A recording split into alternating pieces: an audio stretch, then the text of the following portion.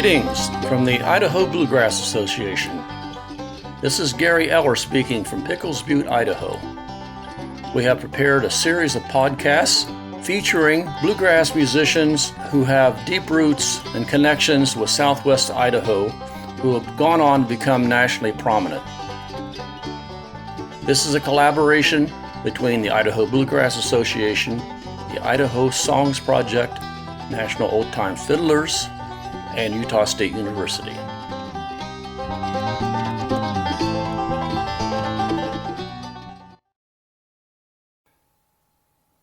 Well, greetings everybody. This is February the 19th, 2021, and this is Gary Eller speaking from his home in Pickles Butte, Idaho. And today we are interviewing Jason Homey from his home in Boise, Idaho. How you doing, Jason? I'm doing great, Gary. How are you doing? I have only first world complaints. Me too. We want to follow the trajectory of your life from the time you were born and got interested in music, were around mentors, became a professional musician, a road musician, and then wound up being an incredibly successful bluegrass music teacher in Boise, Idaho. So let's start with where you were born and where you grew up. Well, I was born in Vancouver in 1978 and lived half of my life pretty much between Vancouver and 100 miles east of Vancouver, BC, all the way up in Yale, British Columbia, very small town. Well, how did you get interested in music? From our prior conversations, you got the bug really early on. Well, I was hearing music a lot. Spent a lot of time when I was really small at my grandmother's house, and she had a pretty decent record collection that she just let me play all the time. And I especially liked, the old fiddle records that she had and some of the old country records. And so that, I would say, it was a huge part of my early interest in music. Who were your local and national music heroes? By national, I mean both Canadian and non-Canadian.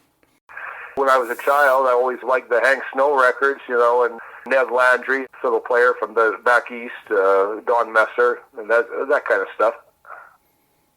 One thing that we've talked about, how many songs that you and I both know, even obscure songs, even though you grew up in Western Canada and I'm an Appalachian kid, and how both of us learned, I think, in a similar way by absorbing music and tips from mentors that we were around, players that took the time to help us out. Well, I think for me, where it all really started in terms of me getting seriously into playing music was when I was in 5th grade and learning to play ukulele. And my mom always had a guitar around the house. She didn't play much, but she played a little bit. And I picked it up one day after school and discovered all the stuff I had learned to play on the ukulele. It sounded right on the 4 high strings of the guitar. So I thought, well, can't be all that much involved, to add 2 more strings.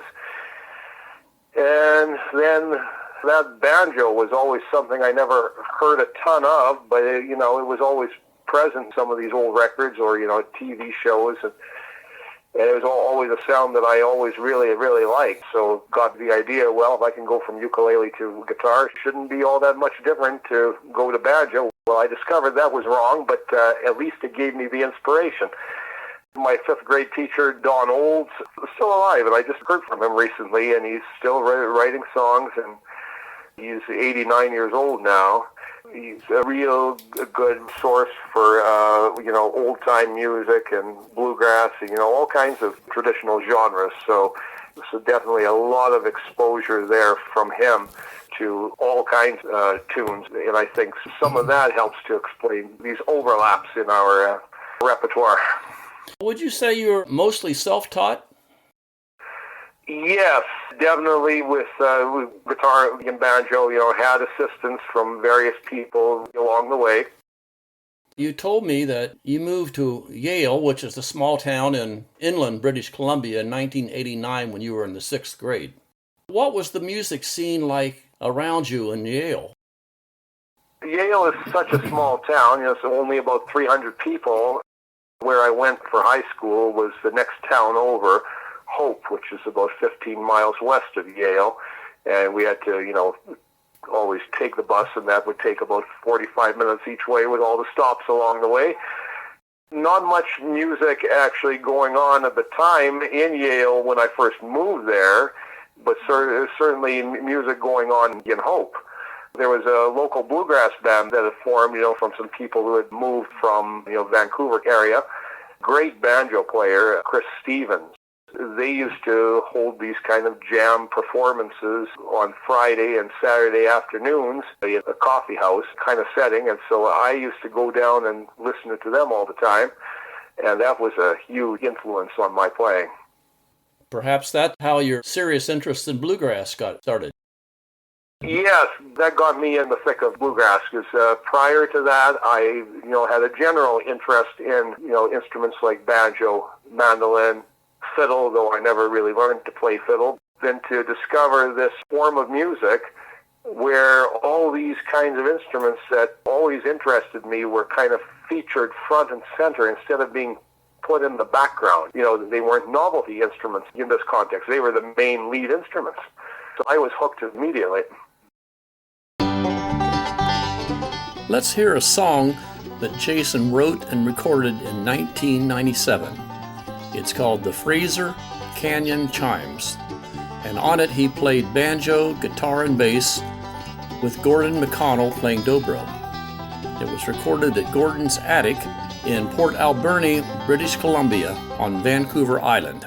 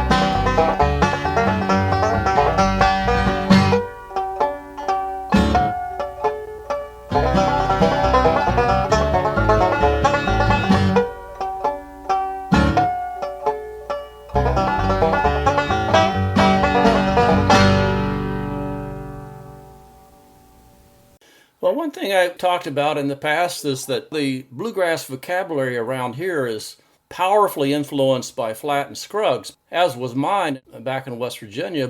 It was also powerfully influenced by people like Don Reno and the Lilly Brothers and Red Allen.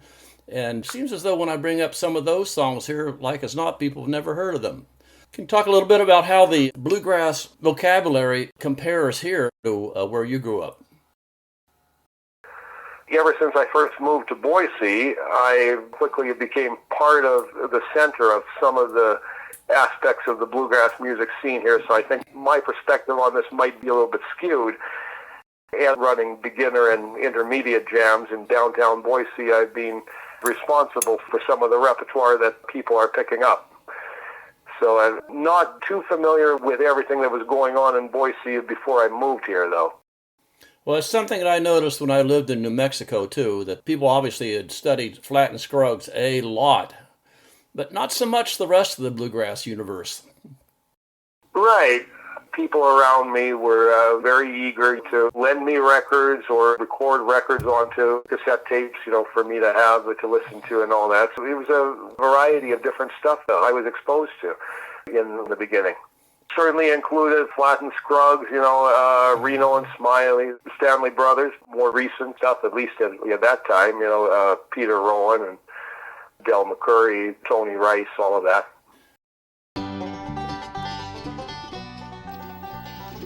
Here's a song called Red Ball that Jason wrote and recorded at his home in Silver Creek, British Columbia in the summer of 2010. He played all the instruments on this track.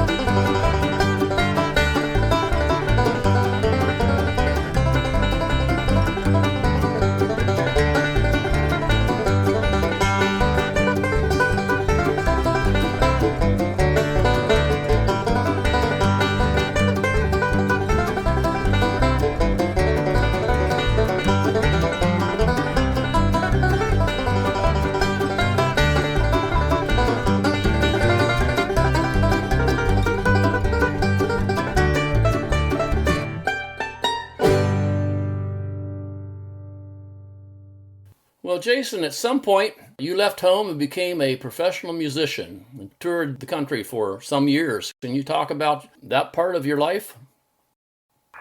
It just kind of happened. One event led to another to another.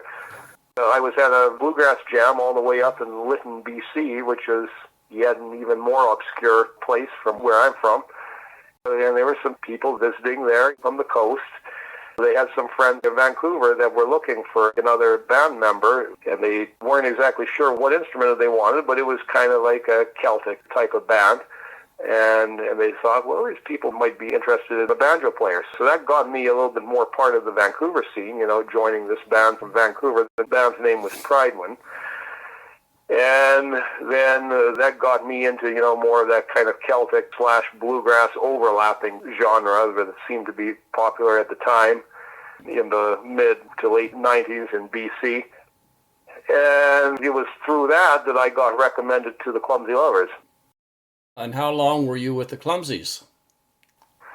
I joined the Clumsy Lovers in May of 2001.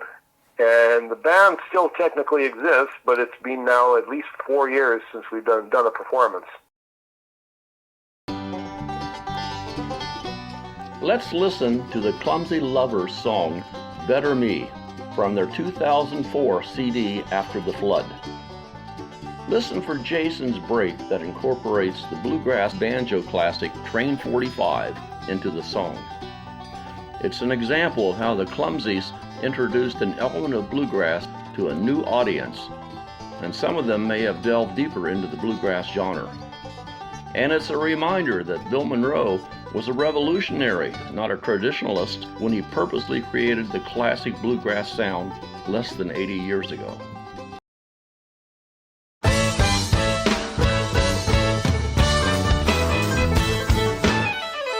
Sometimes it's hard, it's not what we hoped. We were prepared to climb, but not at the slope. I ain't the kind to sit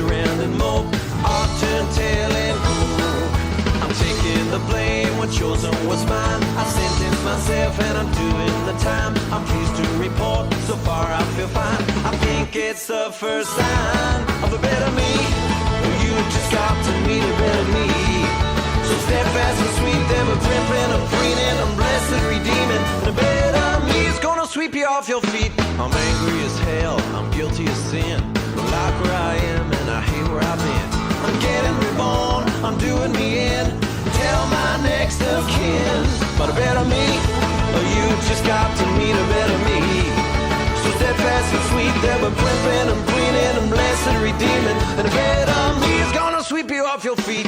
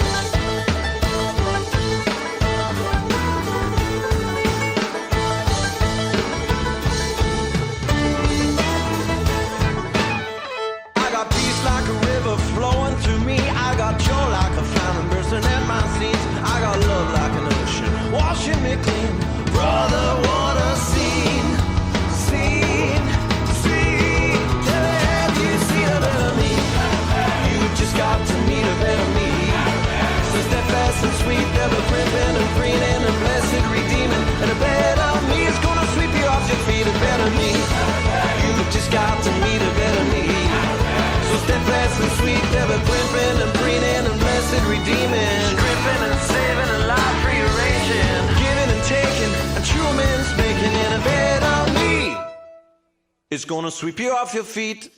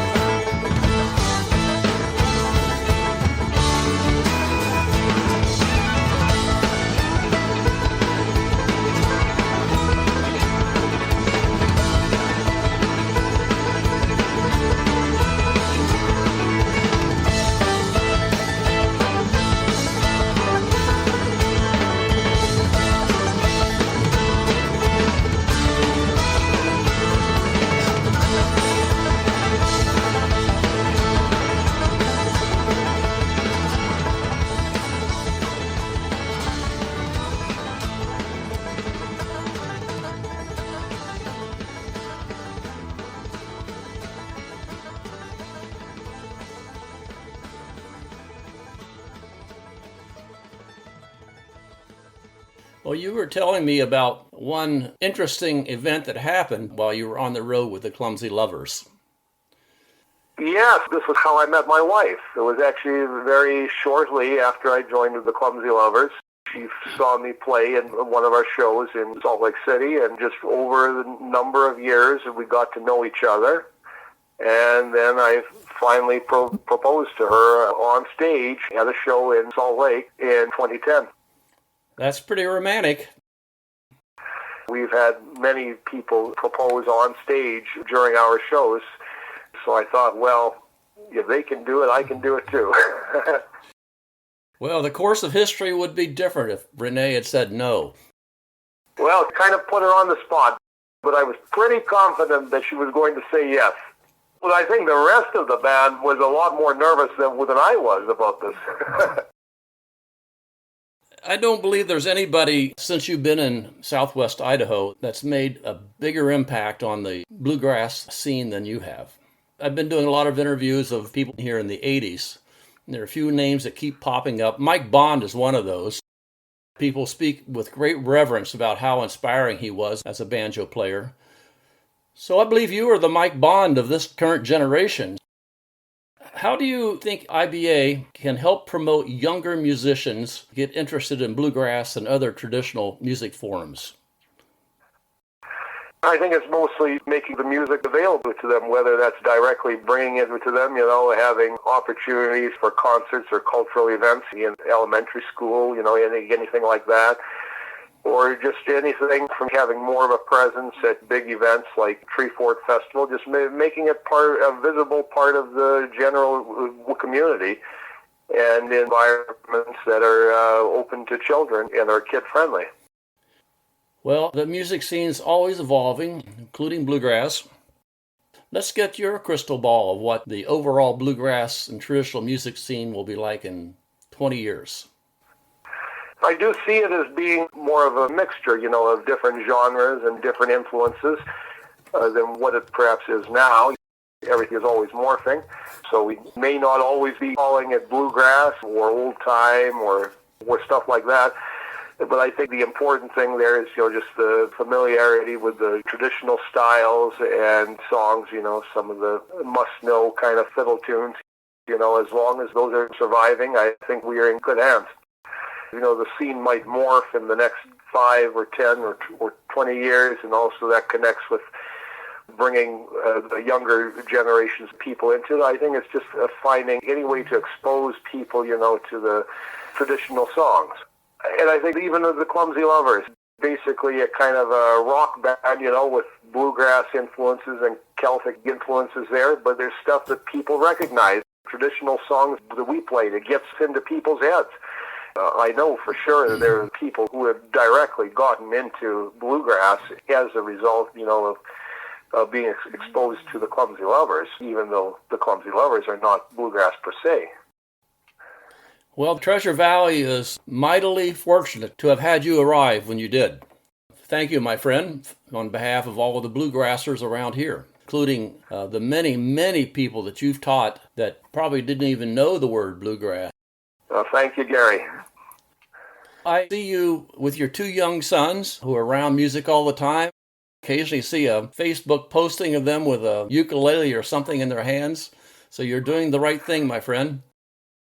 All right. Well, I think we should let you get back to your career, which right now is teaching. How many students do you have?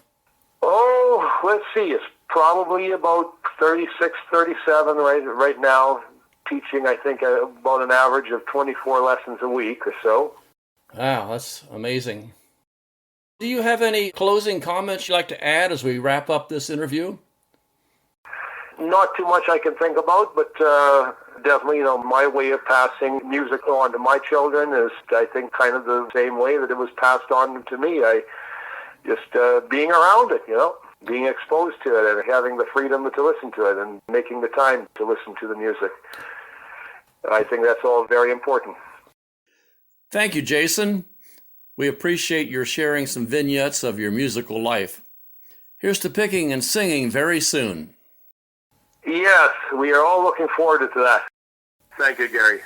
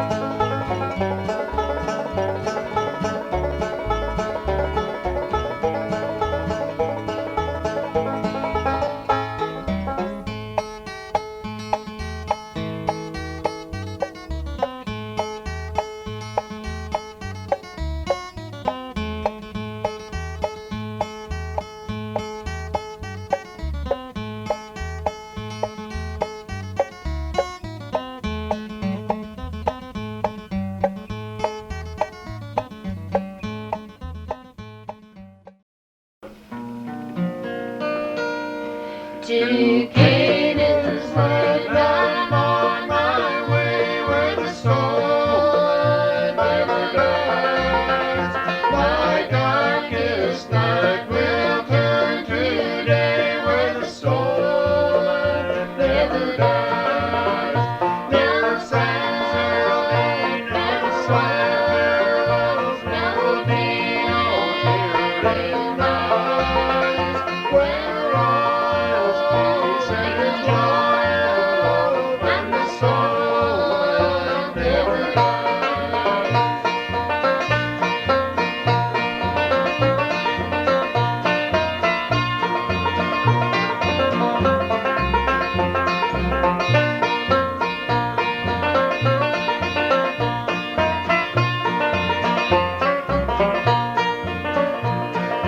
Roses blooming there for me where the soul man never dies. And I will spend eternity where the soul man never dies. Dear friends, there'll be no sad farewells, there'll be no yearning nights, where all is peace and joy and love, and the soul man never